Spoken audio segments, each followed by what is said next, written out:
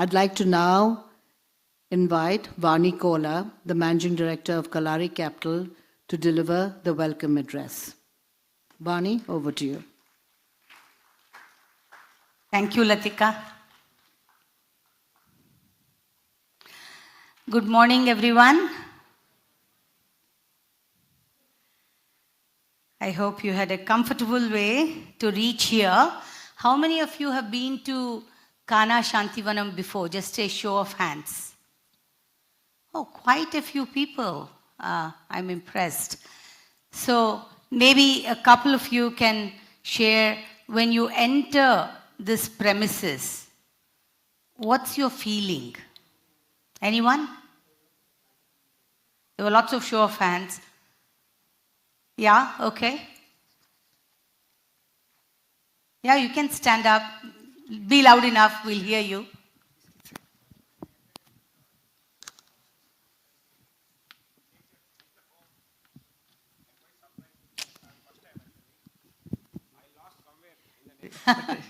Just take a hand, yeah. So, I'm not looking the buildings actually.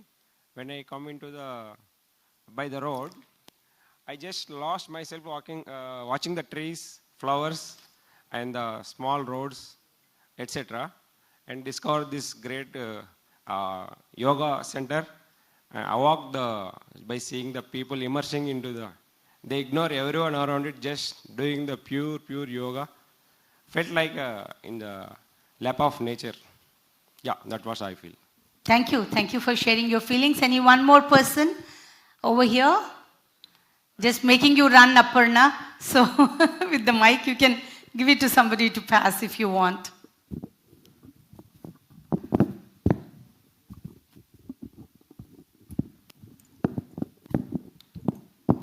Hi. I have been coming here for nearly about 5-6 years now, but it was generally an occasional break when my daughter was studying law in Symbiosis. So we used to come here and spend practically the whole day just enjoying the nature's retreat. So I don't think you can find any other better place.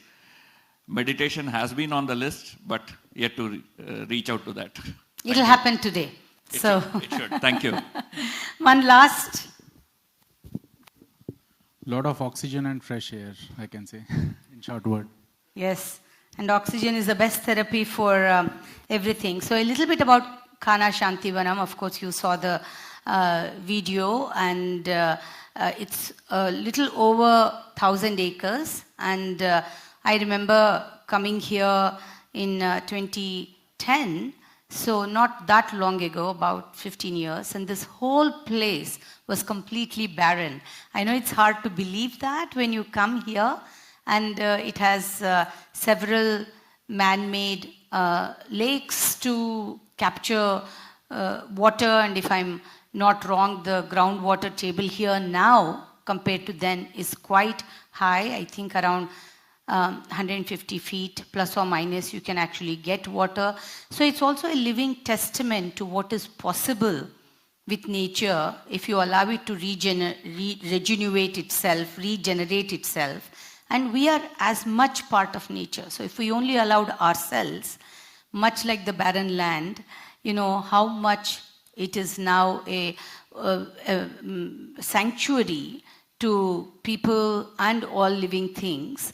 I think that part of that, small part of that nature is embedded into each of us. So each of us also, I look at Kana every time I come, and for me it is the potential and the possibility, not just in nature, but as a creation of nature, which each one of us are, the possibility that we have within us. That's what Kana Shantivanam means to me. It's of course a eco-paradise. I would invite all of you to come to a retreat in Kana and learn more about it. You're going to get snippets of that today. There are exhibition halls outside where they'll talk about how they've converted this into a forest and what other work they're doing with it. But there's nothing like living it here, and there are many ways in which you can make this a part of your personal retreat on an ongoing basis, which I do. I come here to regenerate, just to escape even fairly often. And a lot of what you see is volunteer run, including the event today. The only reason it's possible to host the way we are hosting it is because of the time and energy that a lot of volunteers offer willingly. And I think whether that's, and we think of volunteerism only in one dimension, in whatever context, even this, the event can be a seva, you can approach it that way, which is how I look at my time that I spend here. We all have a certain area of interest, core competence, and how can you share that with others. So this event was in conception for over 5 years. We've been talking about doing something. How do you talk about entrepreneurship, but from a different context? In fact, Khana itself, to me, is an amazing entrepreneurial endeavor. We look at entrepreneurship from a point of view of, you know, a unicorn or going public or other things, but there can be many forms of entrepreneurship, and none of us are unidimensional. And to me, this is also a significant entrepreneurial endeavor, and there is a lot to learn from it. And entrepreneurs, leaders are the people that I spend most of my daily time with. And what characterizes them is this strong sense of purpose. The purpose could be whatever that they're passionate about at that moment, but the ability to have a purpose, a problem to solve, and pursue that till you reach a goal, that I think is, to me, the epitome of entrepreneurship. But, you know, in my 40 years of being involved in the world of startups, if there is one thing over the years that I've learned, it is that a lot of this is first and foremost your inner journey. The journey of your own self, your self-discovery, your understanding of how much the walls are in your mind,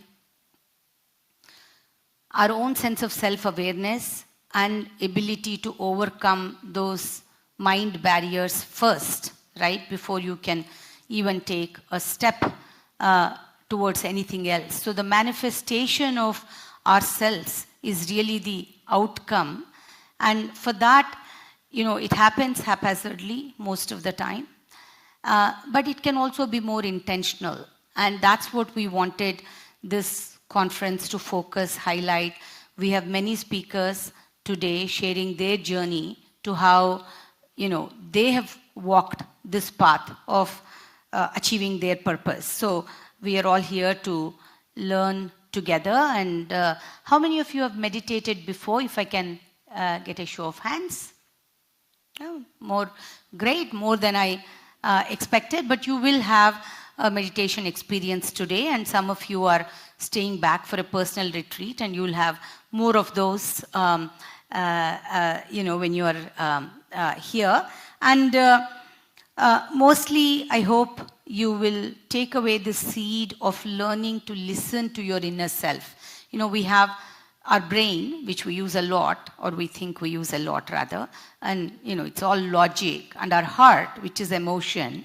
And though we always think that we are very analytical and we are making logical decision, I find that that's actually not true.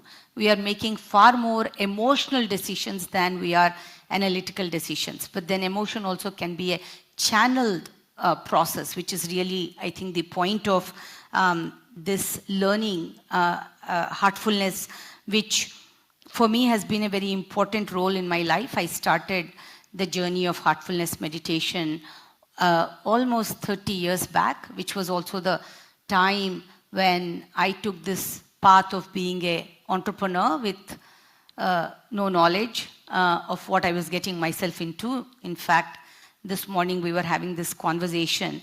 There probably are many journeys we wouldn't even attempt if we knew enough about it. And including maybe putting this conference together, we said, we'll do it. And then we actually didn't know what all had to go into making something like this come to life. And so I think the taking journeys of the unknown really unlock us also.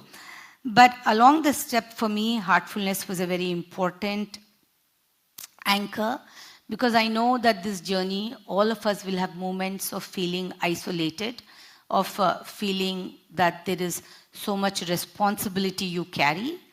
And all of that might be true, but I think there are ways in which one can be alone but not lonely, you know.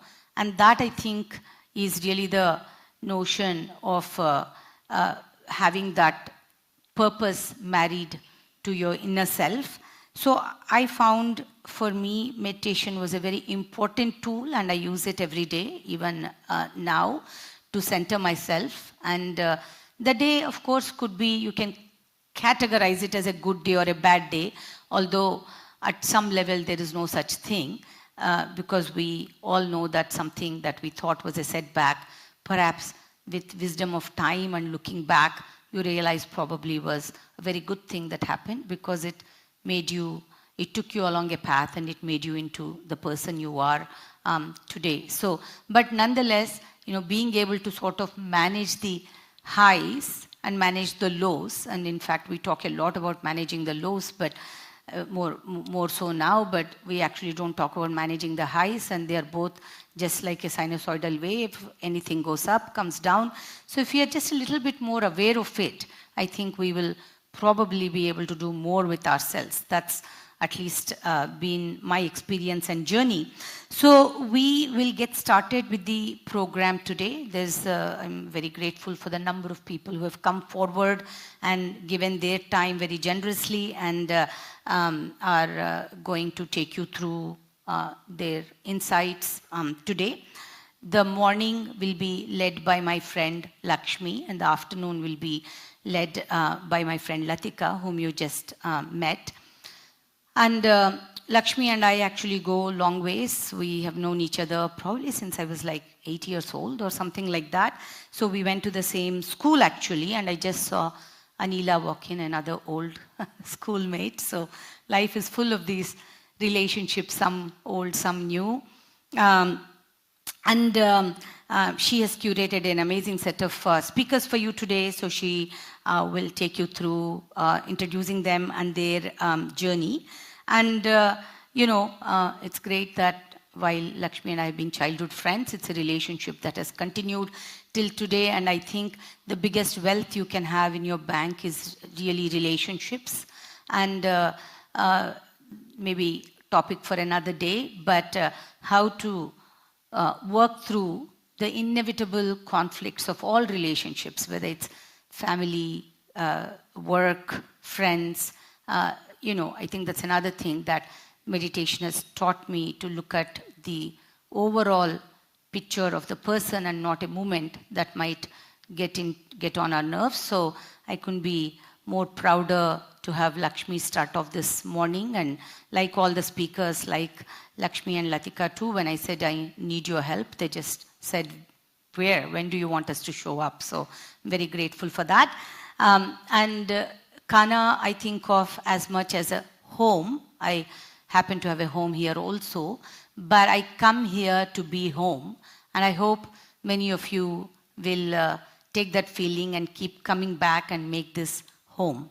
So welcome to Kana Shantivanam and to this startup event that is the debut event, and we hope we can host this year after year.